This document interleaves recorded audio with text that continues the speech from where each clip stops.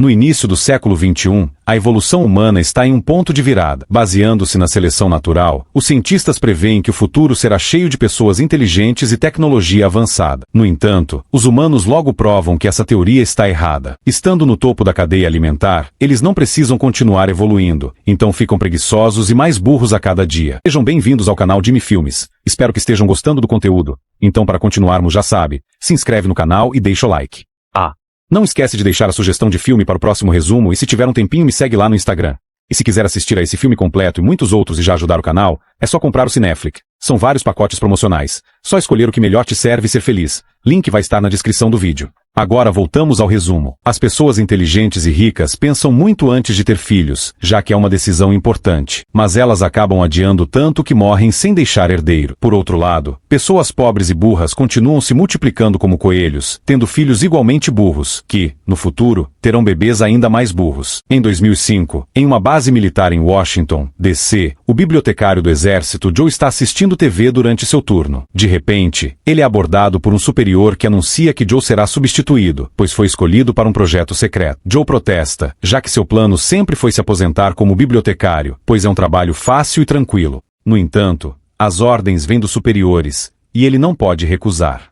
Enquanto isso, os superiores discutem as pessoas escolhidas para o projeto secreto. A equipe de cientistas inventou cápsulas de hibernação humana para preservar seus melhores homens e revivê-los em tempos de necessidade. Primeiro, eles precisam testá-las. Então Joe foi escolhido porque ele é o homem mais mediano do exército e não tem família. Eles também precisam de uma mulher, mas como o exército não tem nenhuma disponível, o coronel escolheu uma trabalhadora da vida noturna chamada Rita, que frequentemente entretém festas privadas do exército. O exército pagará o upgrade dela, e o histórico criminal de Rita será apagado. O primeiro teste deixará Joe e Rita adormecidos por um ano, e é altamente confidencial, o que significa que ninguém mais sabe disso. No dia seguinte, Joe e Rita estão juntos em uma sala de espera para um exame médico. Joe conversa com Rita, que finge ser pintora quando ele pergunta sobre sua vida. Quando os cientistas os colocam nas cápsulas de hibernação, eles recebem soro intravenoso, e Rita entra em pânico. Joe a acalma e pede para que confie no exército. Quando Rita acidentalmente menciona upgrade, ela finge que é o nome do namorado, e Joe acha que é um nome holandês, sem perceber as falhas suspeitas na história dela. Os cientistas então os colocam para dormir e trancam a porta do laboratório ao saírem. Logo, o coronel e Upgrade são presos por envolvimento com substâncias ilegais e trabalhadores sujos. Esse escândalo causa o fechamento da base, e o prédio é demolido, deixando as cápsulas esquecidas sob os escombros. Enquanto Joe e Rita dormem, os anos passam e a sociedade se torna cada vez mais estúpida a uma velocidade assustadora. As pessoas esperam que a engenharia